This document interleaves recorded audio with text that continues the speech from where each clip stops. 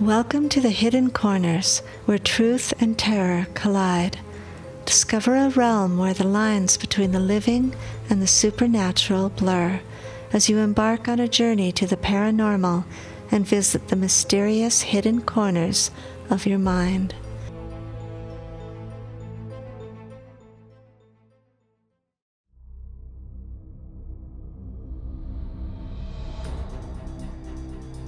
Part 7.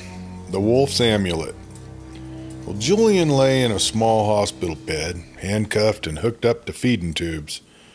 He'd been unconscious since arriving and woke to find himself surrounded by blinking lights and the smell of antiseptic, and he struggled against his restraints. A uniformed officer peered in from where he stood guard outside the door. "Well, you're awake," the officer said, and immediately radioed the office. An attending nurse rushed into the room and adjusted his tubes. She told Julian that his throat had been ripped by ambulance, unconscious and just barely alive.